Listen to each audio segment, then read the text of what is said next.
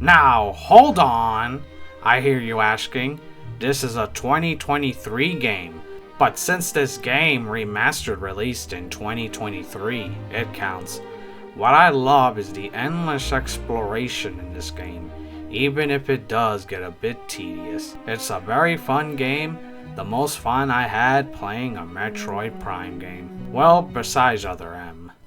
Now, I know some Final Fantasy fans don't want to hear this, but this was a good Final Fantasy game, just with a lot of flaws. The combat in this game is fast and very fun. The story is, it's a Final Fantasy story, so, kinda weird, kinda whimsical, but also, like, too weird to be, like metaphorical, maybe, I don't know. But this was an enjoyable game and a good step forward for the series. Just don't get rid of the turn-based Final Fantasy, okay? I like those ones are good. I had never played the original Super Mario RPG on the SNES, but when the remake was announced, I decided it was time. And it was a good experience. It was a good RPG just to chill with. It was not that difficult at all, which probably is the only real flaw in this game. And besides the 2 versions of Cool X, there's not really a challenge in this game. But still check it out, it's a really good RPG. There's just 2 RPGs that are better than this, and I'll go over them later. What Super Mario RPG lacks for me in difficulty in the perfume department was more than made up for me in Octopath Traveler 2. This is league better than the original game in that you can fucking make the battles go faster, as before you were stuck in a slideshow. I mean a literal slideshow. It took 10 minutes to have a battle. Now the game was a bit tedious, but it grabbed my attention throughout, even though it was the most hours I played on my Nintendo Switch. No joke. See there? That's how many hours I played it. I don't think I played that many hours on the other games. We got another remake, this time with Resident Evil 4. I played the original back when it was on the GameCube, next to my copy of Pinkman. I enjoyed many hours in the original, and the remake does not disappoint. Stunning visual graphics, making the boss battles more challenging, and the sense of terror. There's only one game that I believe surpasses this game in the atmosphere, but no spoilers. This game was amazing, definite must play. I, for one, am happy that Nintendo got rid of the stinky used socks that I use for work known as the new Super Mario Bros. That gave me literal foot fungus, and gave us this instead. It is leagues better than the last couple of 2D Super Mario games. The badge mechanic adds more replayability to go in other worlds.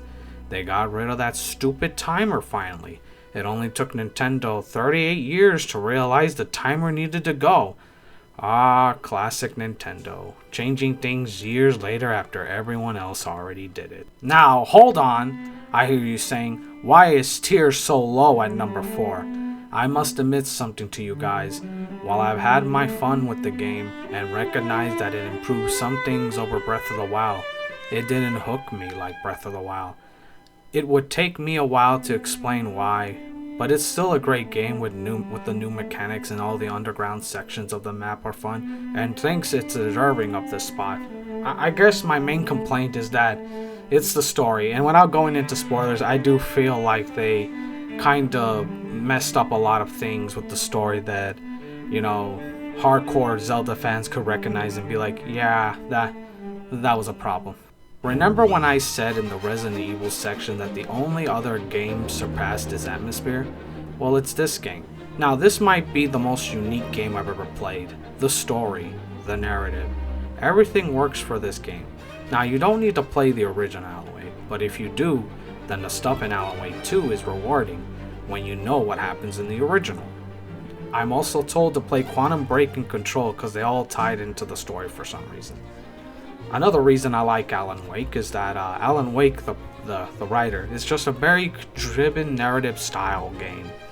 This will also be a review at some point in 2024, so check that one out. That one's going to be the weirdest one I've ever made. I had never been more excited to play an indie game than Sea of Stars when it was shown last year, and no surprise, it lived up to my expectation. It was a mashup of games like Paper Mario, Super Mario RPG, and Chrono Trigger. The game has the most beautiful 2D graphics I've ever seen in a game. The story was enjoyable. While not groundbreaking, it's a good story.